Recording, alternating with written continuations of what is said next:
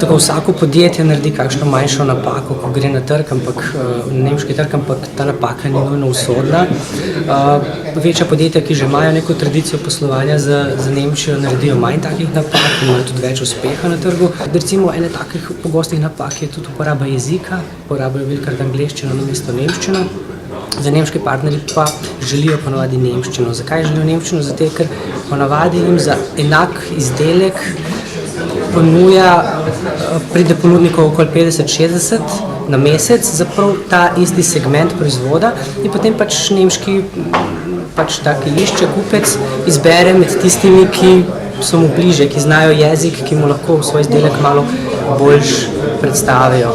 Zdaj, kaj so pa priložnosti v Nemčiji? Jaz sem vedno govoril, da so priložnosti v Nemčiji od šivanke pa do vesoljske tehnologije. Vprašanje je, kaj lahko mi ponudimo in pa za kakšno ceno in za kakšno kvaliteto.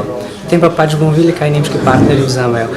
Morda je res v tem trenutku malo več priložnosti na področju gradbeništva, stavbnega pohištva, ravno zaradi tega, ker Nemčija veliko vlaga v tem sektorju.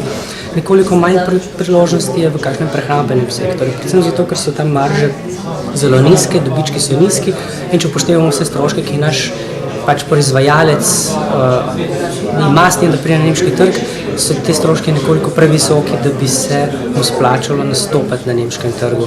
Še kakšne druge proizvodi, ki bi v tem trenutku bili interesantni, so kakšni polproizvodi v kovinski industriji, kakšne matice, vijake, nekaj povpraševanja na tem področju.